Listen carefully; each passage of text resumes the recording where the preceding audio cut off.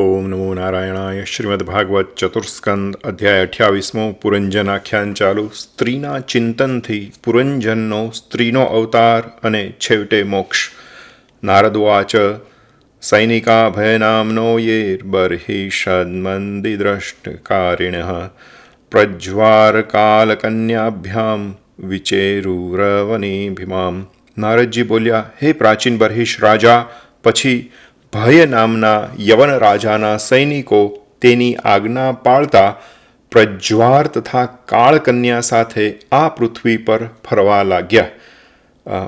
ભય નામનો જે યવન રાજ, સમજૂતી માટે ભય એટલે ભય નામનો યવન રાજા એટલે મૃત્યુ, અને એ રાજાના સૈનિકો એટલે અનેક જાતના રોગો. ફરી વાત એ જ વાક્ય.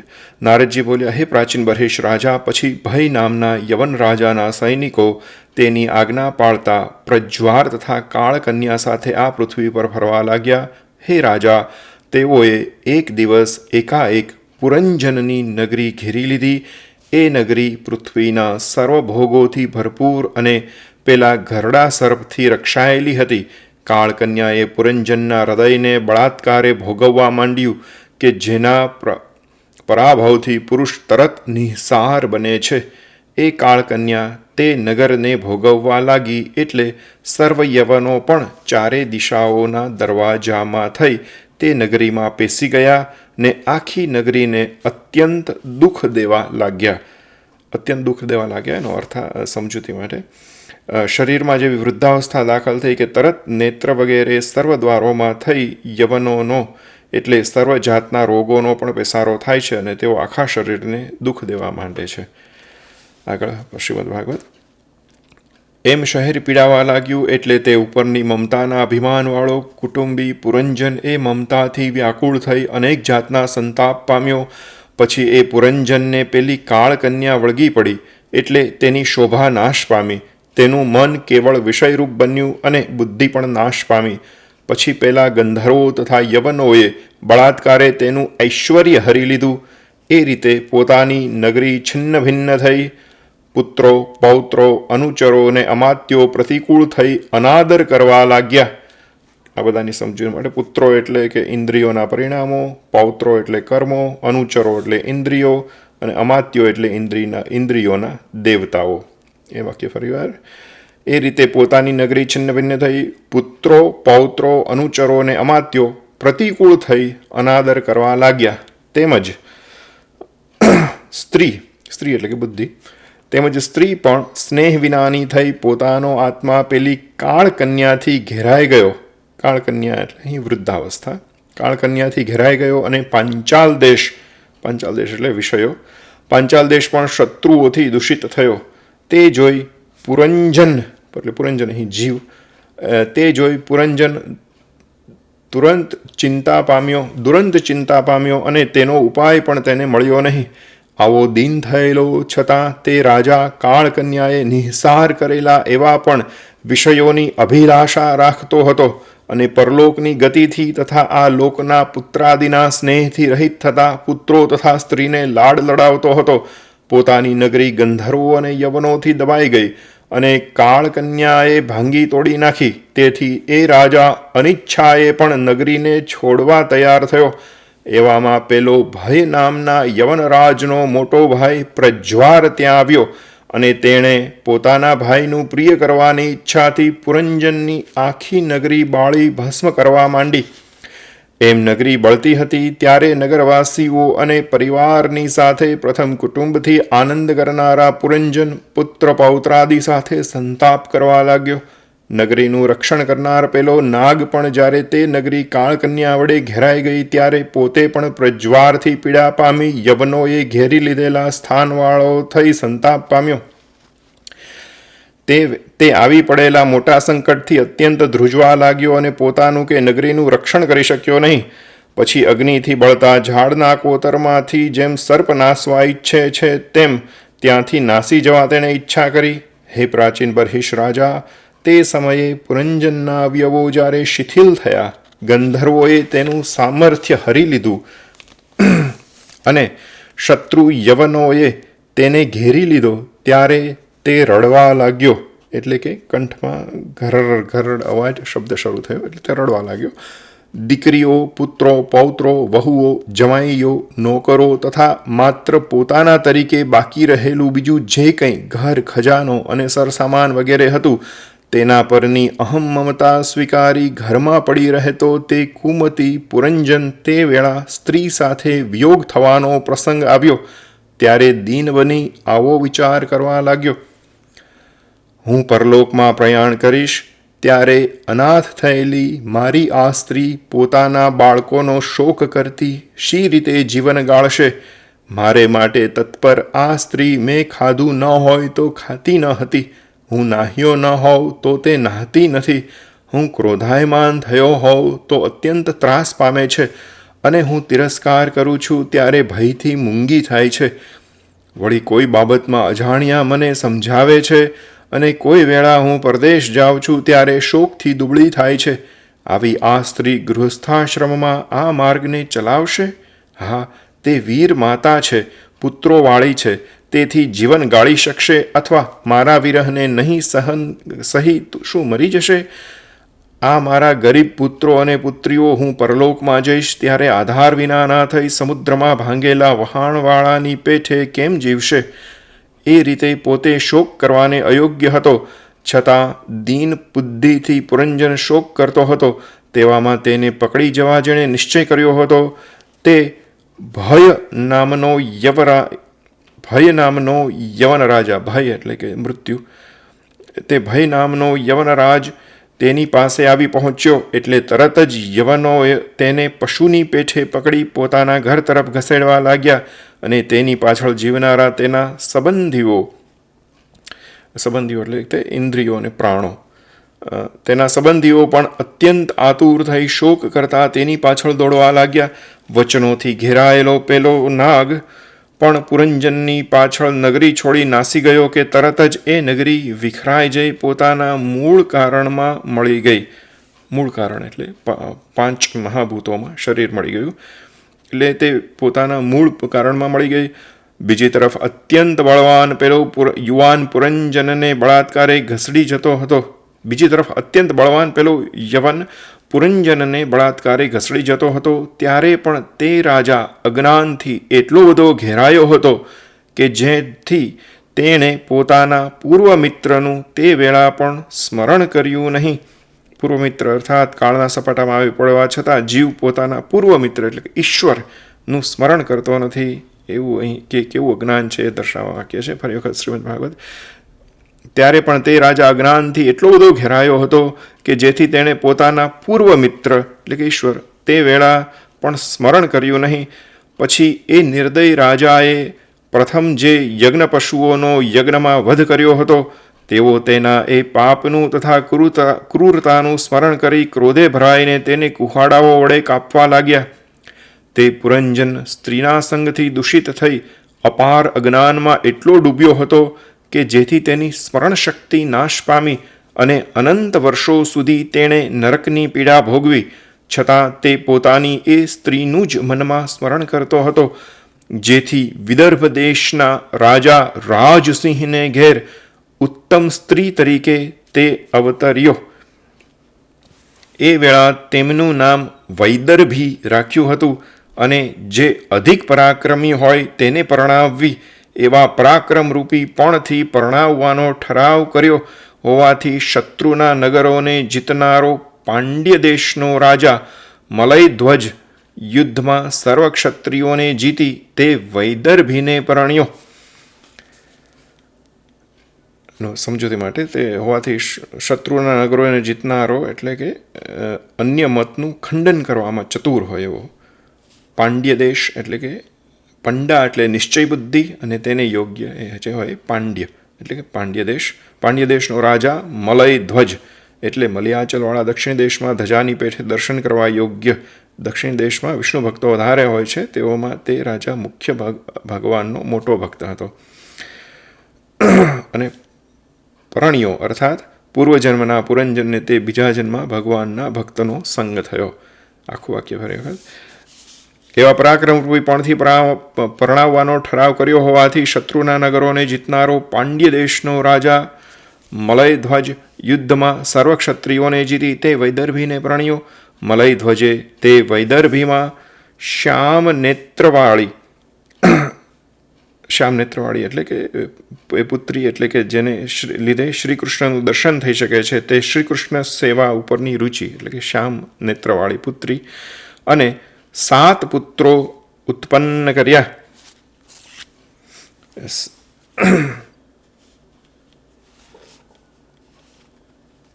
જેઓ એ પુત્રી કરતા નાના હોય દ્રાવિડ દેશના રાજા થયા હતા. હે પ્રાચીન બર્હિષ રાજા, એ એક એકને અબજ પુત્રો થયા હતા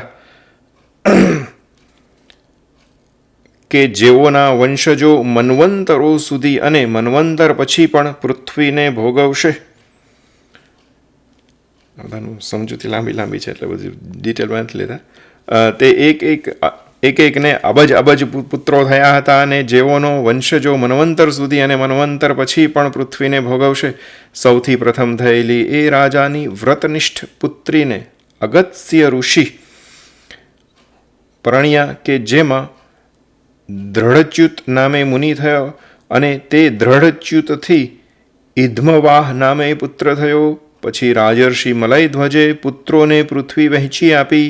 શ્રી કૃષ્ણ ભગવાનની આરાધના કરવાની ઈચ્છાથી કુલાચલ પર્વત તરફ પ્રયાણ કર્યું. એટલે મદ કરાવનારા નેત્રવાળી વૈદર્ભી પણ ઘર પુત્રો તથા ભોગો છોડીને ચાંદની જેમ ચંદ્ર પાછળ જાય તેમ રાજા મલયધ્વજ પાછળ ચાલી નીકળ્યા. મલયધ્વજ ત્યાં આવેલી ચંદ્રવસા, તામ્રપર્ણી અને વટોદકા નામની નદીઓના પવિત્ર જળથી નિત્ય બંને પ્રકારના એટલે કે બાહ્ય અને અભ્યંતર મેલ ધોઈ નાખતો અને કંદ, બીજ, મૂળ, ફળ, પુષ્પો, પાંદડા, ઘાસ તથા જળથી પોતાની આજીવિકા કરી ધીમે ધીમે શરીરને સુકાવનારું તપ કરવા લાગ્યો. વળી બધે સમદ્રષ્ટિવાળો થઈ ટાઢ તાપ, વાયુ, વરસાદ, ક્ષુધા, તૃષા, પ્રિય અપ્રિય, સુખ અને દુઃખના જોડકા સહન કરવા લાગ્યો. ઉપરાંત વિદ્યા તથા ઉપાસનાને લીધે કામ ક્રોધાદી કષાયો જેના પરિપક્વ થયા હતા એવા તે રાજાએ ઇન્દ્રિયો, પ્રાણવાયુ તથા ચિત્તને જીતી મનને બ્રહ્મ વિશે જોડી દીધું અને ઠૂંઠાની પેઠે સ્થિર રહી દેવતાઈ 100 વર્ષો સુધી એક જ સ્થળે તેણે સ્થિતિ કરી. એટલું જ નહીં પણ ભગવાન વાસુદેવમાં તેણે એવી પ્રીતિ કરી કે જેથી સર્વદેહાદી પ્રપંચ તે ભૂલી ગયો. એમ વર્તતો તે રાજા કાર્યકારણ સમુદાયમાં આત્મા વ્યાપકપણે રહેલો છે અને તે કાર્યકારણ સમુદાય રૂપી શરીરથી જુદો જ છે. તેમજ અંતઃકરણની વૃત્તિનો સાક્ષી પણ આત્મા જ છે. આત્માને લીધે જ અંતઃકરણની વૃત્તિ જડ હોવા છતાં પ્રકાશે છે. એમ જાણી દેહાદી સર્વ વિષયોમાંથી વિરામ પામ્યો. તે વિષય ઉપરની સર્વમમત્વ વાસનાઓથી મુક્ત થયો. જેમ સ્વપ્નાવસ્થામાં મારું આ મસ્તક કપાઈ ગયું એવું ભાન થાય છે તો પણ પોતાને તેથી જુદો માને છે, તેમ એ રાજા જાગ્રત અવસ્થામાં પણ પોતાના આત્માને દેહાદી કાર્યકારણથી જુદો માનવા લાગ્યો. હે પ્રાચીન બર્હિષ રાજા, સર્વના ગુરુ ભગવાન સાક્ષાત શ્રી હરિએ તે રાજાને વિશુદ્ધ જ્ઞાન દીપકનો ઉપદેશ કર્યો ને તે જ્ઞાન દીપક સર્વ તરફથી એવો પ્રકાશમાન હતો કે જેથી તે દ્વારા એ રાજા પરબ્રહ્મ વિશે પોતાના આત્માના દર્શન કરતો, પરબ્રહ્મને પોતાના આત્મામાં જોતો અને છેવટે તે દર્શન પણ છોડી આ સંસારથી વિરામ પામ્યો. પતિને પ્રેમથી માનનારી વૈદર્ભી પણ સર્વ ભોગો છોડી પ્રેમથી પરમ ધર્મજ્ઞ પતિ મલયધ્વજની સેવા કરતી હતી. તેણે ફાટેલા તૂટેલા વસ્ત્ર પહેર્યા હતા. વ્રતને લીધે તે દુબળી થઈ હતી. તેના કેશ ગૂંચવાયેલા હતા અને શાંત અગ્નિની પાસે તેની શિખાની પેઠે પતિની પાસે તે શોભતી હતી. પોતાના પ્રિય પતિ સંસારથી ઉપરામ પામ્યો હતો તો પણ પૂર્વની પેઠે અત્યંત સ્થિર આસને હતો. તેથી તેને મરણ પામેલું જાણતી ન હતી અને પૂર્વની પેઠે જ પાસે બેસી તેની સેવા કરતી હતી.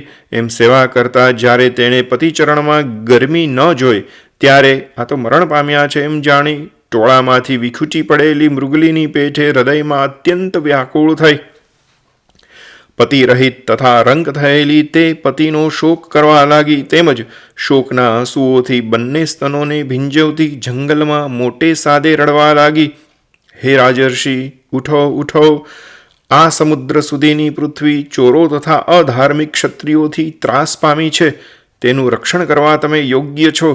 એમ વિલાપ કરતી તે પતિપરાયણ બાળા સ્વામીના ચરણમાં પડી રડવા લાગીને અશ્રુધારા વહેવા આવવા લાગી.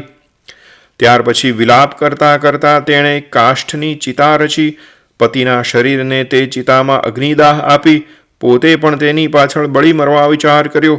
તેવામાં હે રાજા, કોઈ અતિ પ્રાચીન આત્મજ્ઞાની બ્રાહ્મણ કે જે તેનો મિત્ર હતો તે ત્યાં આવ્યો અને સુંદર સાંત્વનાવાળા વચનથી તેને શાંત પાડતા કહેવા લાગ્યો. બ્રાહ્મણ બોલ્યો, તું કોણ છે? કોની પુત્રી છે? જેનો તું શોક કરે છે તે આ પૃથ્વી પર સૂતેલો કોણ છે? તું મને ઓળખે છે? હું તારો મિત્ર છું, જેની સાથે તું પૂર્વે ફરી હતી.